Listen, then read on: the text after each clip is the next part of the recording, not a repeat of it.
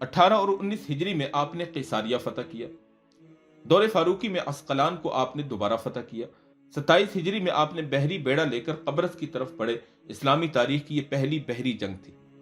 28 ہجری میں قبرص جو کہ موجودہ سائپرس کا عظیم جزیرہ ہے، آپ نے اس کو فتح کر لیا۔ 32 ہجری میں حضرت امیر معاویہ نے قسطنطنیہ کے قریب کے علاقوں میں جہاد کا آغاز کیا۔ 33 ہجری میں افرنتیا اور ملتیا اور روم کے کچھ قلعے حضرت امیر معاویہ نے فتح کیے۔ 35 ہجری میں آپ کے زیر قیادت غزوہ ذی خشب کا واقعہ پیش آیا۔ 42 ہجری میں غزوہ سجستان پیش آیا اور سندھ کا بھی کچھ علاقہ مسلمانوں کے زیر نگین آ گیا۔ 43 ہجری میں ملک سوڈان فتح ہوا اور سجستان کا مزید کچھ علاقہ فتح ہو کر مسلمانوں کے قبضے میں آیا۔ 44 ہجری میں کابل فتح ہوا اور مسلمان ہندوستان میں قندابیل تک پہنچ گئے۔ 45 ہجری میں افریقہ پر لشکر کشی کی گئی اور ایک بڑا علاقہ فتح ہوا۔ 46 ہجری میں صقلیہ موجودہ سسلی کا جزیرہ جو کہ اٹلی کے پاس موجود ہے، اس پر پہلی بار حملہ کیا گیا اور کثیر تعداد میں مال غنیمت مسلمانوں کے ہاتھ لگا۔ 47 ہجری میں افریقہ کے مزید علاقوں میں مہمات شروع کی گئیں اور اسی طرح 50 اور 51 ہجری میں غزوہ قسطنطنیہ پیش آیا۔ یہ قسطنطنیہ پر مسلمانوں کا پہلا حملہ تھا۔ 54 ہجری میں مسلمان نہر جیحون عبور کرتے ہوئے بخارا تک جا پہنچے اور 56 ہجری میں غزوہ سمرقند پیش آیا۔ اس اجمالی خاکے سے بخوبی اندازہ لگایا جا سکتا ہے کہ سیدنا امیر معاویہ رضی اللہ تعالی عنہ کے دور خلافت میں جہاد زور و شور سے جاری رہا اور دنیا کے ایک بہت بڑے حصے تک دین اسلام کی دعوت اور اس کا پیغام پہنچ چکا تھا۔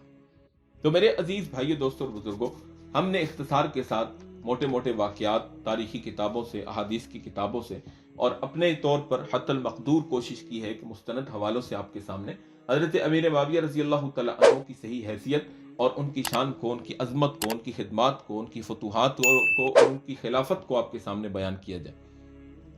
تو حضرت امیر معاویہ رضی اللہ تعالی عنہ وہ عظیم صحابی ہیں جن کا یوم وفات 22 رجب المرجب 60 ہجری ہے، اور اس دن ایک کنڈوں کی رسم کی جاتی ہے جو دشمنان سیدنا امیر معاویہ کی طرف سے ان کی وفات پر خوشی کا اظہار ہے۔ لہٰذا ہم نے اس کنڈوں کی رسم بد سے اپنے آپ کو بچانا ہے اور نبی کریم صلی اللہ علیہ وسلم کے تمام صحابہ، آپ کے اعزاء، آپ کے اقارب اور بالخصوص آپ کے اہل بیت سے محبت اور عقیدت کا تعلق رکھنا ہے کہ یہی ہماری نجات اور ہماری بخشش کا ذریعہ اور وسیلہ ہے۔ وآخر دعوانا ان الحمد للہ رب العالمین۔